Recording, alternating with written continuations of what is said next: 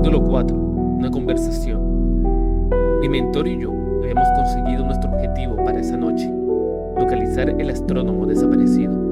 Me pregunté si sería el momento de retirarnos, pero Eisenberg tenía la intención de seguir adelante.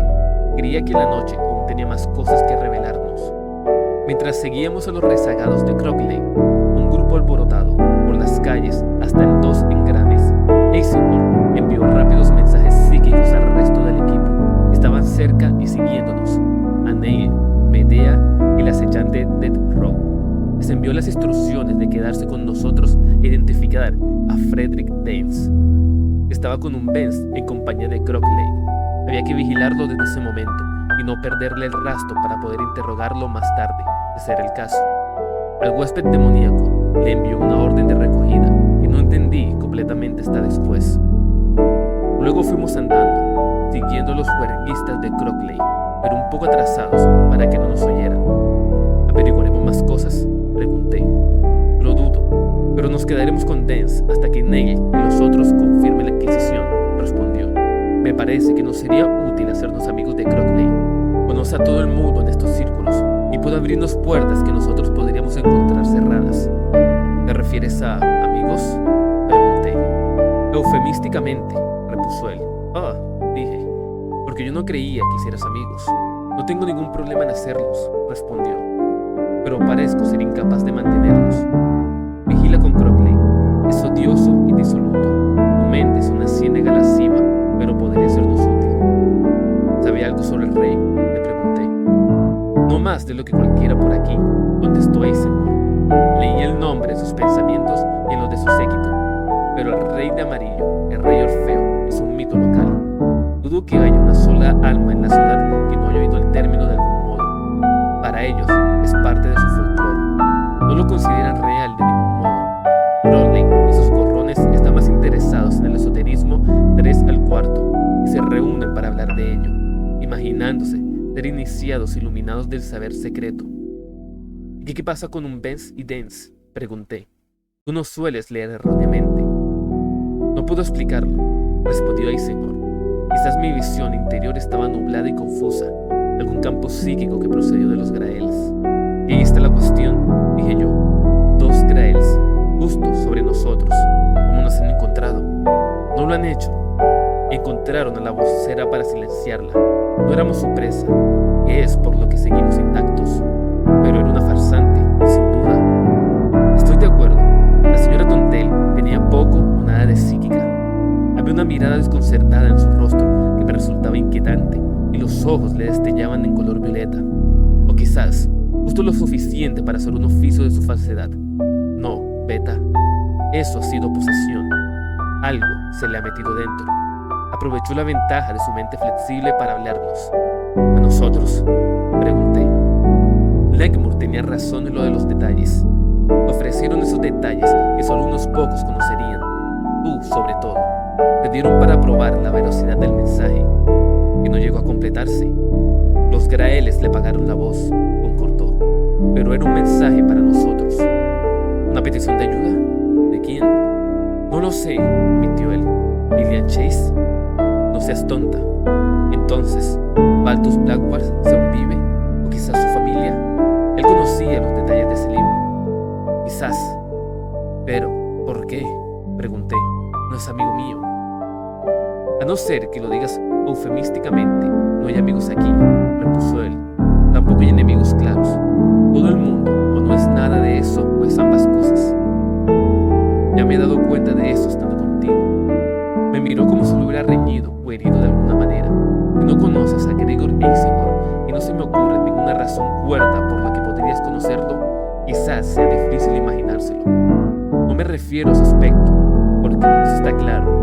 Un hombre sorprendentemente alto, de constitución fuerte, a pesar de que la edad y las heridas han hecho mella en él. Lleva la mayor parte de las veces, como esa noche, un abrigo largo y pesado. Tiene la espalda y las piernas sujetas por armazones magnéticos de metal y otros indicios como conectores neutrales que le salen de debajo del cuello, de la camisa y se le insertan en la base del cráneo, de que había pasado por mucho. Nunca me explicó cómo había sufrido esas heridas, ni si las había recibido todas en algún mal momento o si eran el resultado sospecho que esto último. Me refiero más a su porte, que asusta e intimida, ya solo por su tamaño, pero a menudo hay una melancolía que envuelve su forma de actuar. Más de una vez he sentido pena por él, pena de que tenga que ser él, porque ya sea por elección o por casualidad, se ha comprometido con una vida que nunca lo hará libre. Sé que se ríe, normalmente en compañía de Neil o Medea. Es raro, pero eso pasó. Medea me contó, en confidencia, que desde la misión en Gershon, 20 años atrás, a veces había sido capaz de sonreír, algo que no había podido hacer durante muchos años. Insinuó que eso era debido a la corrección de algún tipo de parálisis muscular, pero me dio la sensación de que había algo más. Algo le pasó a Eisenhower, un mundo muy lejano. Algo que hizo que los ojos le brillaran con ese extraño tono violeta. No sé qué fuese algo. De nuevo, la verdad me estaba velada y solo saludía a ello. Pero marcó su camino hacia Sancor. En aquel entonces, él estaba persiguiendo al Cognitae. Lo llevaba haciendo durante años, pero Gershon le delimitó su objetivo.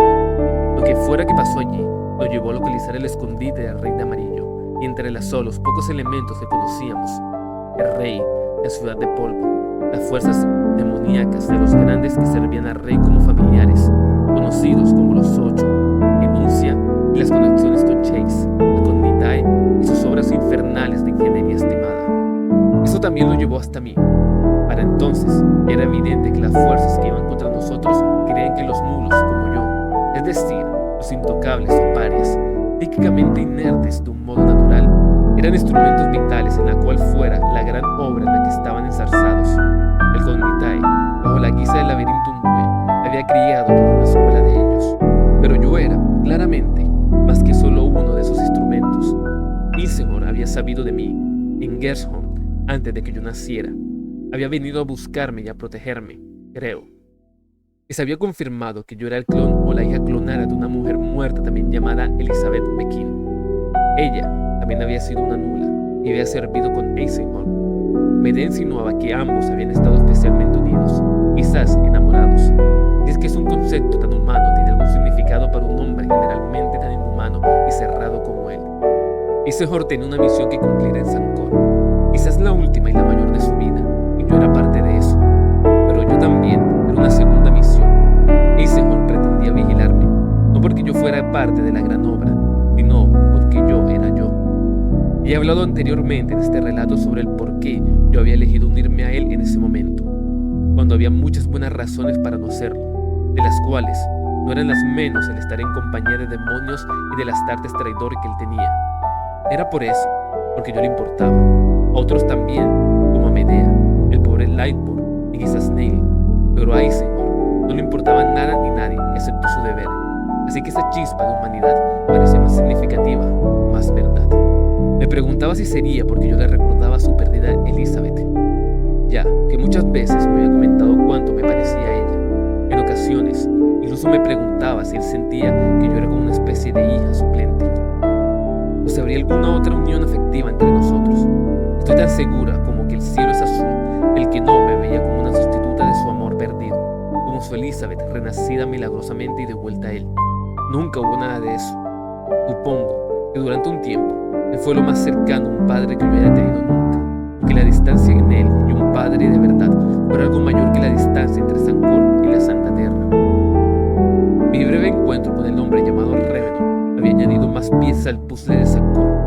Este aseguraba que el Rey Amarillo estaba tratando de reconstruir el perdido lenguaje de poder conocido como Enuncia. Este lenguaje era algo que Revenant había estado buscando la mayor parte de su carrera. El Rey quería Enuncia porque le permitiría gobernar sobre el propio funcionamiento de la realidad universal, y más particularmente, quería aprender una única palabra que le concediera un poder sin rival, el único y auténtico nombre del Dios emperador de la humanidad. A veces me pregunto si el curioso texto, escrito a mano en un libro corriente, el que mencionó la difunta Mansell Tontel, era alguna representación glífica de Enuncia, que no se parecía a otros rastros escritos de esa lengua que sí conocemos. Me preguntaba si sería una forma encriptada de Enuncia, y si realmente ocultaba en su interior ese singular y auténtico nombre de su majestad imperial. ¿Qué estás pensando?, preguntó Eisenhower. Nada importante, contesté. No hay espacio para eso, replicó.